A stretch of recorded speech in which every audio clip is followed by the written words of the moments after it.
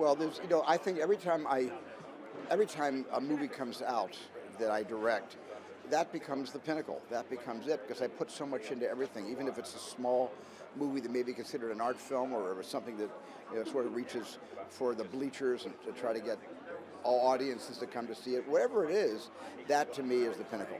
And what can we expect from Ready Player One? It's the pinnacle. It's the new pinnacle, and it's a pretty high peak. We really put a lot on the screen. The movie is almost bigger than the screens that are gonna hold it or try to hold it. Yeah, I'm really proud of it. It's for an audience. It's for whether you're from 8 to 80 or from I'd say 7 to 95. I think people are going to enjoy the film.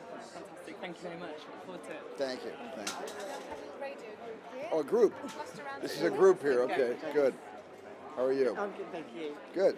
What I'm curious is that you are classed as being the creator of the summer blockbuster as we know it today.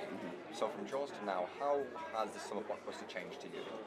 Well, for one thing, the blockbuster is not because of us, it's because of the audience. It's the audience that makes the film a blockbuster.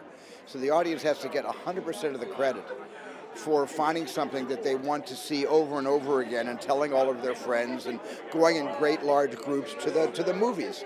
I just love it when movies attract a large audience because we've since the early 50s we've always been competitive with television, and even today when there's so much good work done on television, from The Crown, there's so many great series, Handmaid's Tale, and so much great stuff. So the movies have to work harder to find their audience and to draw them away from the safety of the home and get them into the community of the public. And so for me, when that happens, there's nothing greater to celebrate. So obviously you've been a legend for a while, but how does it feel to be a legend? And then leading on from that, what do you think are the biggest challenges facing filmmakers at the moment? Being a legend is something that I'm called. It's a label. It's not how I see myself.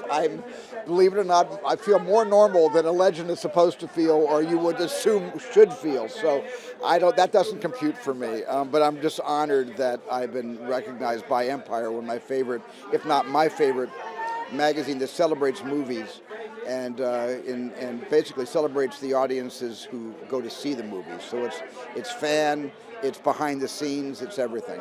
And what challenges do you think are facing filmmakers right now? I think the big thing that's facing filmmakers right now is how do we keep cinema alive?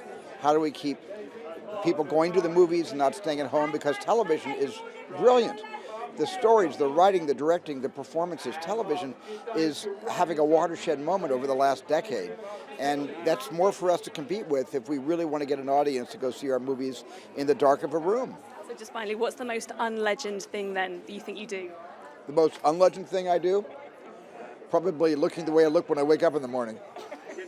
Amazing, Stephen, thank you. Thank you. Thank you.